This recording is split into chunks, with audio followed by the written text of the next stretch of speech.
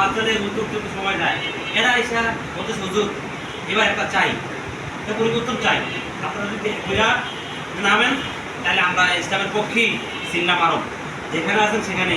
সুতরাং আমরা একটু একবার আমরা চাই যে আর ওই অন্য তন্ত্র মন্ত্র আমরা চাই না, আমরা এখন ইসলামকেই চাই, ইসলামটাই আসুক।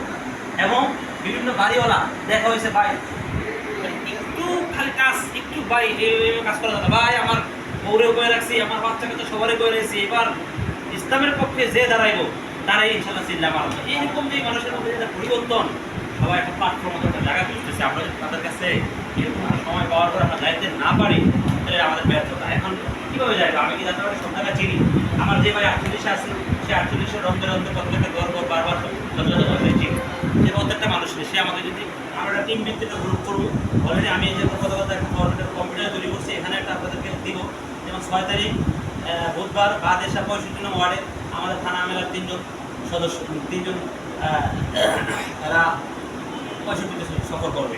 কোনো কারণে 6 তারিখে আবার বাদেশা 50 নং ওয়ার্ডে বাকি 3 জন সফর করবে, মানে একজন লোকও বাকি থাকবে না যে একটা ওয়ার্ডে সে সফর করে না। প্রত্যেক ওয়ার্ডের যে আছে সে তো ওয়ার্ডের দায়িত্ব পালন করবেই, এবং থানার দায়িত্বশীল 3 জন করে প্রত্যেকটা ওয়ার্ডে যাবে।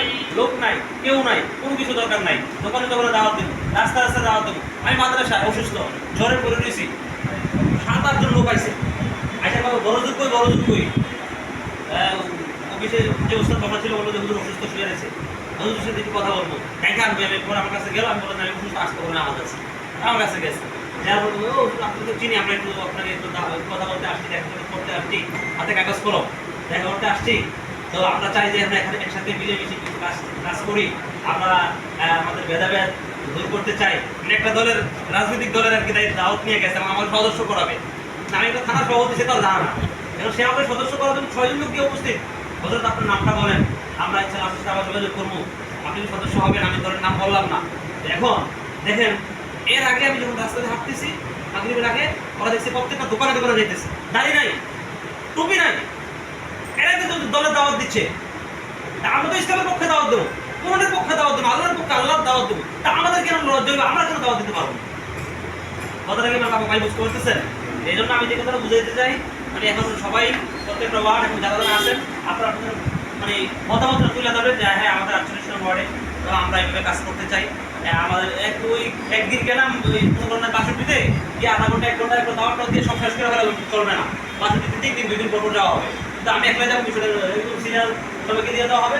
আমরা সেখানে যাবো, যাওয়ার পরে করি না আধা ঘন্টা করে যদি 3 দিন পর করি এমন কোনো সমস্যা নেই। একদিনে একবার 6 ঘন্টা সর্বপক্ষে সময় দেওয়া হয়তো সম্ভব হবে না, আমরা আধা ঘন্টা করি, 1 ঘন্টা করে যাদের সময় অনুযায়ী করি।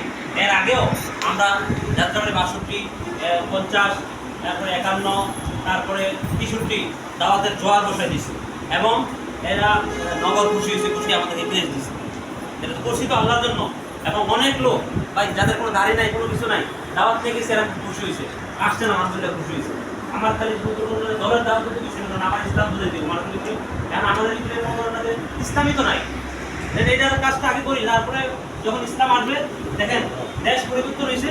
কিছু লোক বাড়িওয়ালা যারা আগে কোনো ধরনের ভিন্ন তন্ত্রমন্ত্র নিয়ে ব্যস্ত ছিল, এখন ইসলামের পক্ষে।